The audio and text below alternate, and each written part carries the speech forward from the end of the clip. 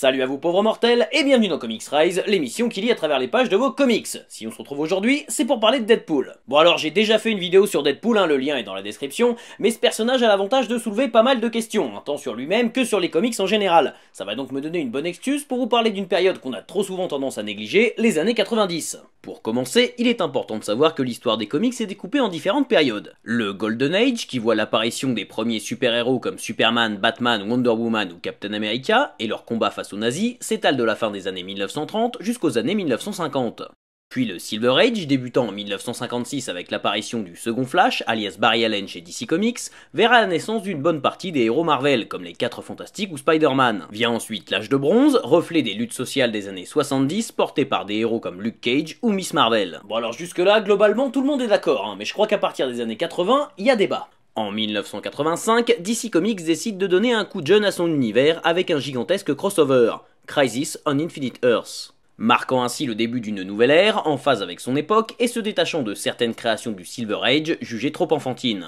Puis en 1986 sortent deux œuvres majeures de la bande dessinée américaine, aujourd'hui considérées comme des classiques pratiquement intouchables, The Dark Knight Returns de Frank Miller et Watchmen d'Alan Moore et Dave Gibbons. Pendant longtemps, ces comics constituaient le point de départ du Modern Age, qui nous serait donc contemporain. Seulement, si l'on considère que cette période est toujours en cours, cela voudrait dire qu'elle est pratiquement 3 fois plus longue que celle dont on a parlé précédemment. De plus, il est clairement impossible de ne pas voir de vraies différences entre ces comics publiés il y a maintenant 30 ans et ceux paraissant aujourd'hui.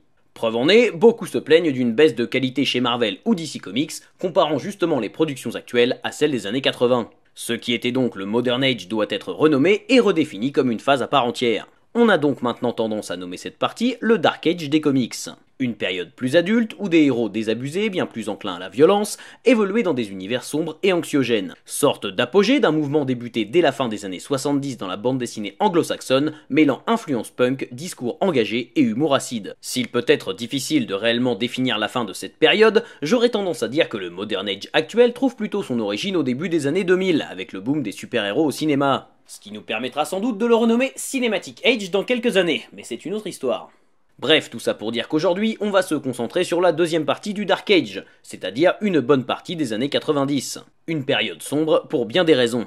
Pour mieux comprendre la situation, il faut s'intéresser au marché des comics dans les années 90. Prenant enfin conscience que les comic books étaient un genre à part entière, s'adressant à un public ne se limitant pas aux enfants ou aux geeks boutonneux, une grande partie de la population américaine comprend alors leur véritable intérêt. Gagner du fric! En effet, alors que les super-héros classiques sont revisités et mis au goût du jour, le prix des comics du Golden ou du Silver Age s'envole. Ainsi, chaque premier numéro ou première apparition d'un personnage étant devenu important par la suite, verra sa cote monter en flèche pour atteindre plusieurs milliers de dollars, là où quelques années auparavant, ils étaient juste bons à être recyclés comme papier toilette. L'abysse appelant l'abysse, cette explosion engendrera un phénomène spéculatif complètement délirant, poussant ainsi les éditeurs à surfer sur le phénomène. Au début des années 90, Marvel Comics enchaîne donc numéro 1, crossover et couverture brillante à l'appel, encourageant ses artistes à introduire régulièrement de nouveaux personnages, en espérant que ceux-ci boosteront les ventes auprès des collectionneurs et surtout des spéculateurs. Bon, je pense que j'ai déjà assez dérivé comme ça, mais il faut savoir que cette politique ne va pas fonctionner très longtemps, et qu'elle mènera même Marvel aux portes de la faillite en 1996. Mais c'est une autre histoire, donc revenons-en à...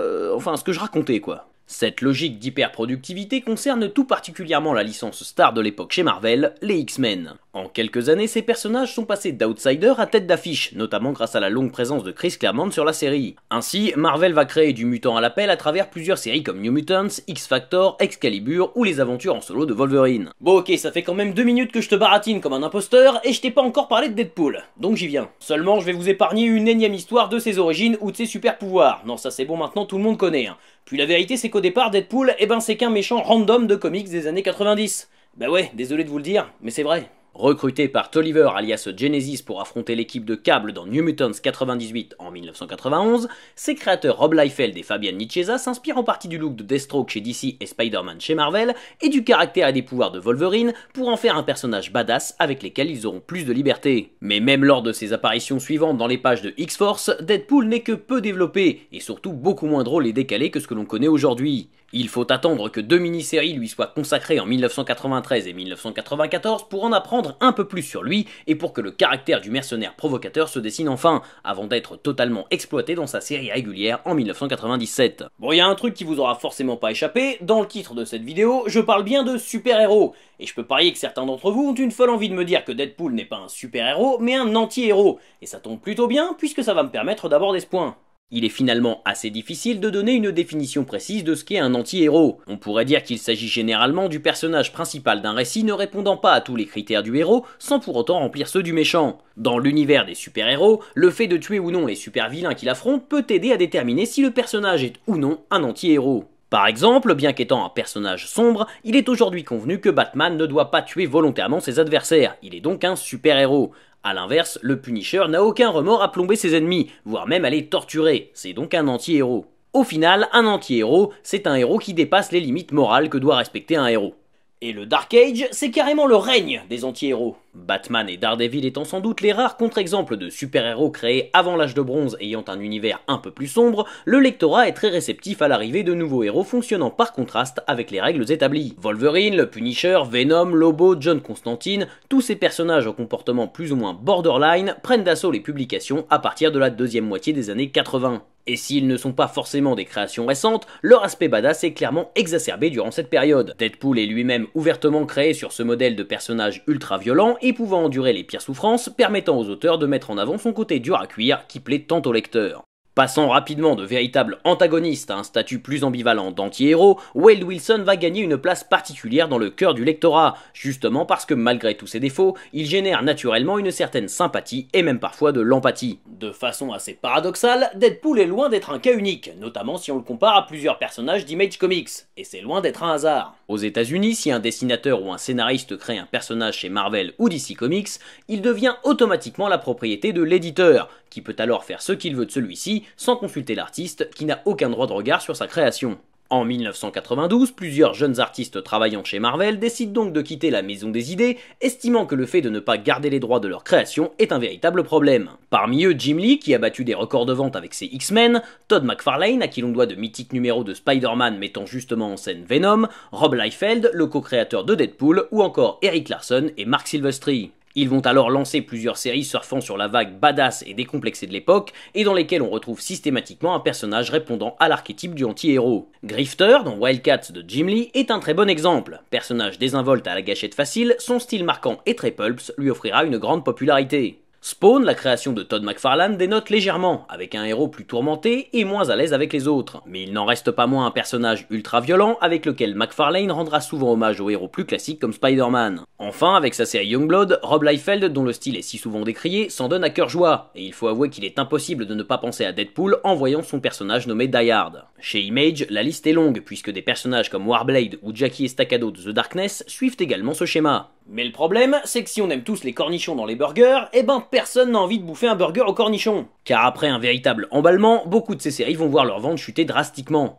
La faute à une offre bien trop grande, à des techniques commerciales encourageant la spéculation et surtout à des vides scénaristiques titanesques. La profusion de personnages badass pose un véritable problème, car ils sont généralement insensibles et sans attache. Pour eux, pas question de protéger Tante May de Dr Octopus ou de gérer une vie de famille en parallèle de leur bataille avec les forces du mal. Si cet aspect peut être plaisant au premier abord pour les lecteurs ayant soif de nouveautés, il faut reconnaître qu'il est aussi nuisible au background des personnages, qui n'ont plus que leur pouvoir et leur absence de morale pour exister, ce qui, sur la durée, devient assez compliqué. Et c'est d'ailleurs pour moi ce qui explique le succès de ces personnages chez Marvel ou chez DC. Dans un univers où le super-héros standard est propre sur lui comme Superman ou Captain America, la présence d'un personnage comme Deadpool crée un véritable contraste. Ils permettent de mettre en avant des héros plus nobles, de dédramatiser des situations très tendues et de transgresser les règles immuables du genre super-héroïque. Mais cela n'a pas empêché aux auteurs d'étoffer le background de Deadpool avec le temps, notamment en développant sa vie passée et en lui donnant plus d'attaches. Et même si cela a été plus ou moins bien utilisé, c'est aussi la preuve qu'il donne envie aux artistes de s'approprier une partie de son histoire complexe et lacunaire. Vous l'aurez compris, Deadpool est le reflet d'une époque, seul survivant ou presque d'une vague de créativité portée par l'envie de franchir la ligne et briser les codes à grands coups de flingue et de répliques irrévérencieuses. Mais c'est aussi pour ça que son statut est si particulier. S'il dénote des autres super-héros de l'univers Marvel, il n'aurait pas le même impact sans eux. On peut dire qu'avec le temps, Deadpool a clairement gagné son statut de super-héros au sens large, mais il n'en reste pas moins un personnage atypique pour les nouveaux lecteurs, en comparaison de ceux que l'on peut voir dans les salles de cinéma. Pour ma part, j'ai commencé à lire des comics dans les années 90, et si aujourd'hui je défendrais toujours cette période par nostalgie, je dois avouer que beaucoup des séries dont je vous ai parlé aujourd'hui sont bourrées de défauts. Mais si vous aimez Deadpool, penchez-vous quand même sur certaines d'entre elles, et aussi sur des personnages comme Howard the Duck ou Quantum and Woody. Pour terminer, je vous propose un petit concours pour gagner des comics X-Force d'époque. Ça se passe sur Facebook, Twitter et Instagram, il suffit de suivre les liens dans la description pour participer. Voilà, jusqu'à la prochaine fois, je compte sur vous pour avoir de saines lectures. Si cette vidéo vous a plu, n'hésitez pas à la partager sur les réseaux sociaux. Si cette vidéo ne vous a pas plu, n'hésitez pas à la partager sur les réseaux sociaux. Vous pouvez maintenant me retrouver sur Facebook, Twitter et Instagram. Et n'oubliez pas de vous abonner à la chaîne pour ne pas rater la prochaine. Et moi, je vais aller récupérer ma voix, je sais plus où je l'ai laissée en fait, par là peut-être, c'est un peu emmerdant.